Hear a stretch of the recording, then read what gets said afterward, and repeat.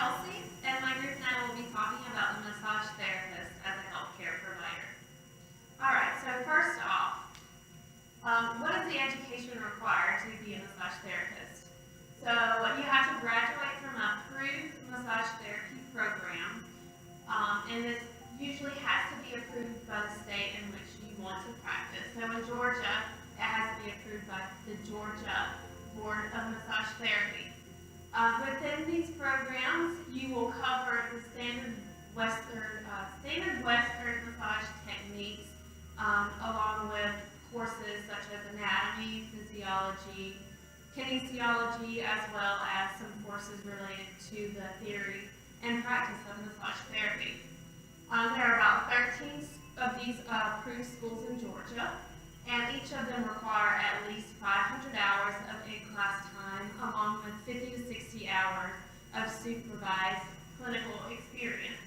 Now, this varies from state to state. Some states require about 750 hours, and then maybe a little more than 60 hours of clinical experience. But depending on where you want to practice and where you want to get your license, depends on these numbers and the hours of in-class time.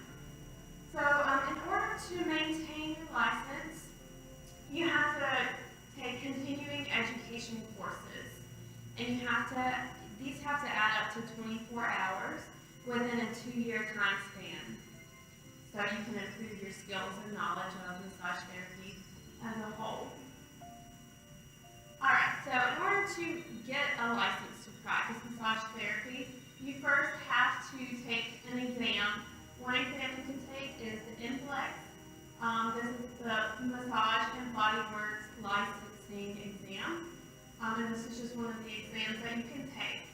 And this is necessary to graduate from the program of your choosing. So once you pass that exam, you can apply for your license. And in the state of Georgia, this has to be approved again by the Georgia Board of Massage Therapy. And you have to renew this every 2 years, and you do this by taking the said continuing education courses. And most states require certification to practice. However, some do not. Here in Georgia, it is controlled at the state level. So there are no national board exams. It is taken in Georgia and has to be approved by the Georgia board. Alright, so this is just a list of applications and forms that a potential massage therapist may have to fill out at some point during their practice.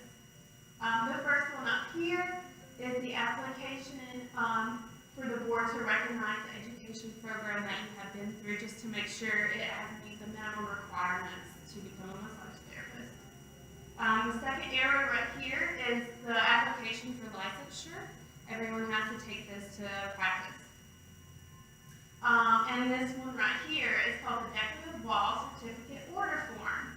And this is needed so that you can post your certificate of massage therapy license on your wall, so that your clients can come in your office and know that yes, you are licensed to practice and that it is totally legal.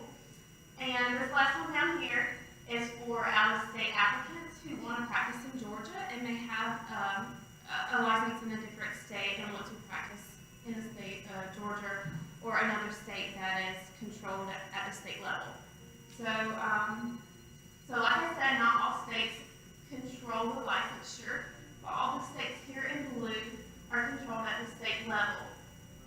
These other colors, Wyoming, Minnesota, Kansas, Oklahoma, and I think Vermont up there, there's no state regulation on licensure, so you can go from any state with a license and then go to these states and practice in their state. And then the orange ones, California, Indiana, and Virginia, they just need a certification to practice in those states. Hey, my name's April. I'm going to be taking you through these next few slides about massage therapy. So basically, some of the duties and responsibilities associated with massage therapy is really going to depend on your work environment and where you are. So there's a wide array, but some of the more common ones massage therapists are going to use your hands to like manipulate muscles and soft tissues in the body.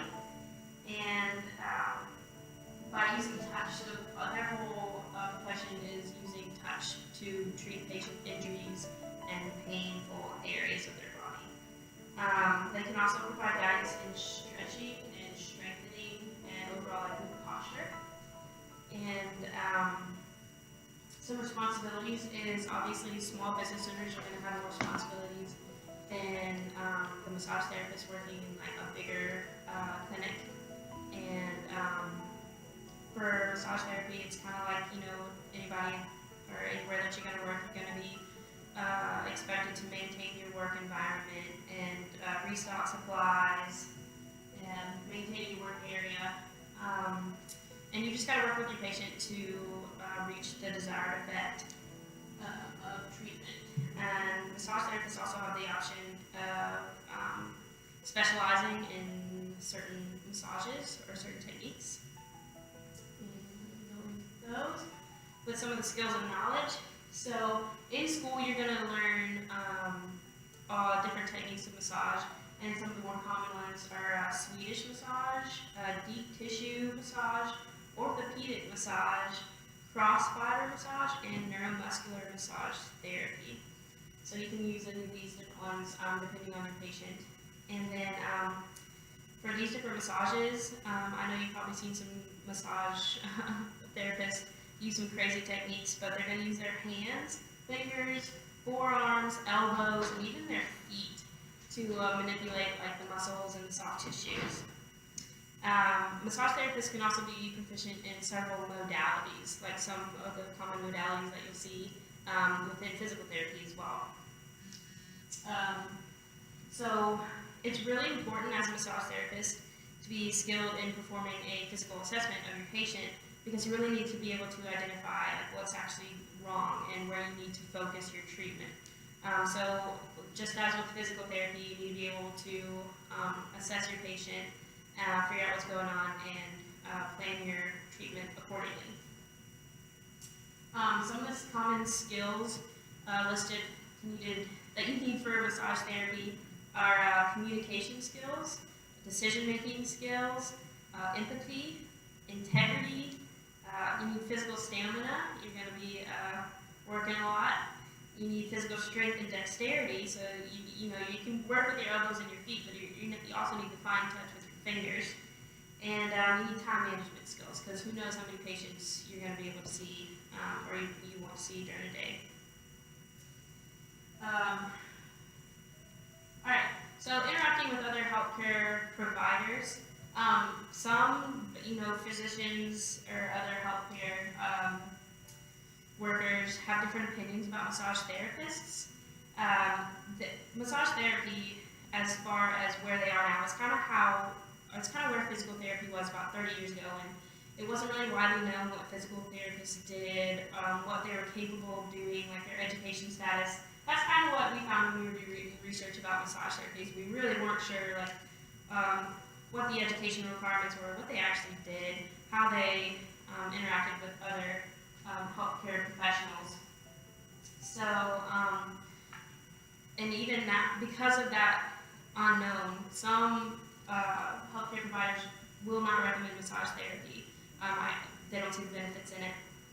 And there's also a financial aspect, so why some people may not go to massage therapy, just with anything else, is being able to pay for each session.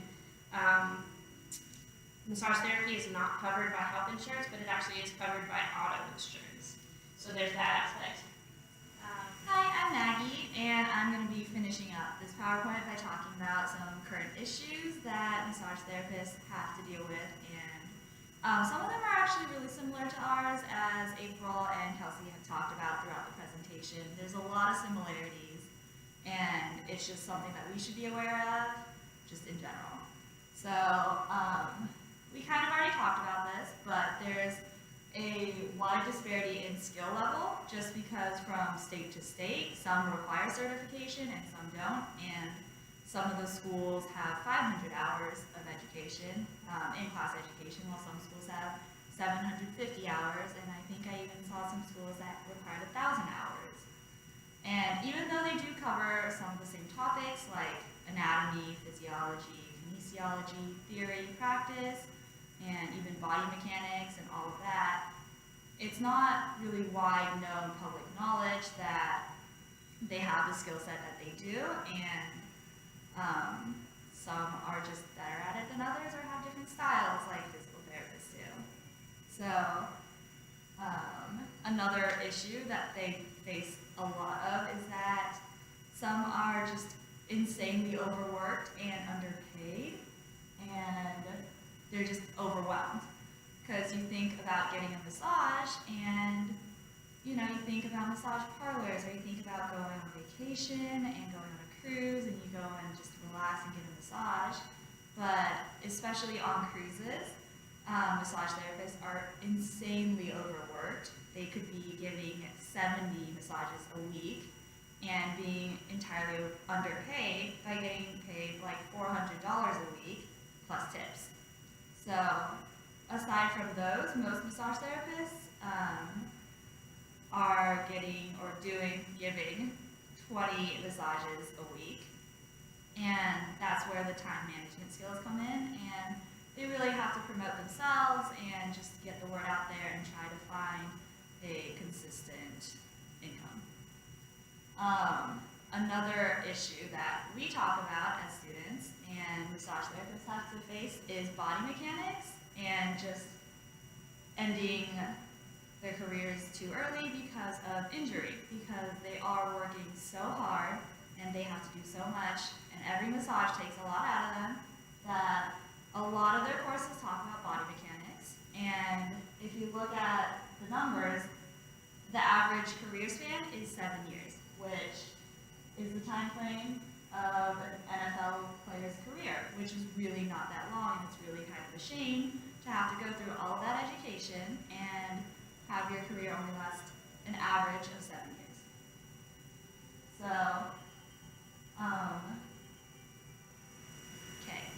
something else that they might have to deal with, which hopefully is not as big of an issue now as it was before this, but it's that misconception of massage. Some people, when they think of massage, might not think professional, certified, educated massage therapist, and they just think a pastime, or just, like you're splurging on yourself and you're gonna go get a massage. Or some people think more inappropriate things, and that's just something that they have to deal with as like a misconception just in the general public.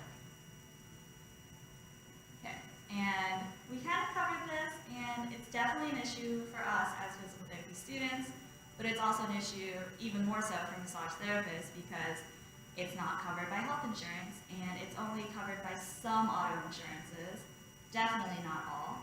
So it's usually just the patient seeking out the massage therapist, and some physical therapy clinics have massage therapists, some hospitals, but mostly when you think massage, you think about going to a spa or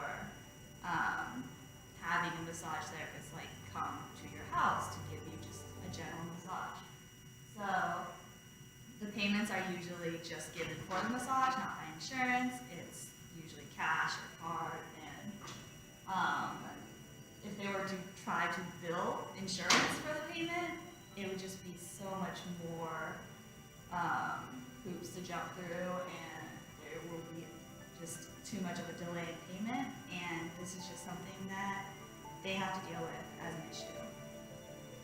So finally, I just wanted to point out that there's a lot of similarities between physical therapy and massage therapists, in that they really are like super educated about stretching and about just anatomy, physiology, and so it's not just, hands on just applying pressure.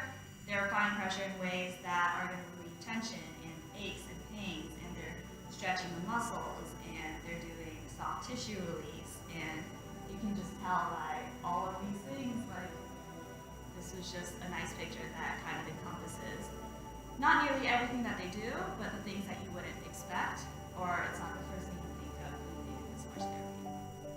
So these were our resources. We had a great massage therapist to interview, and if you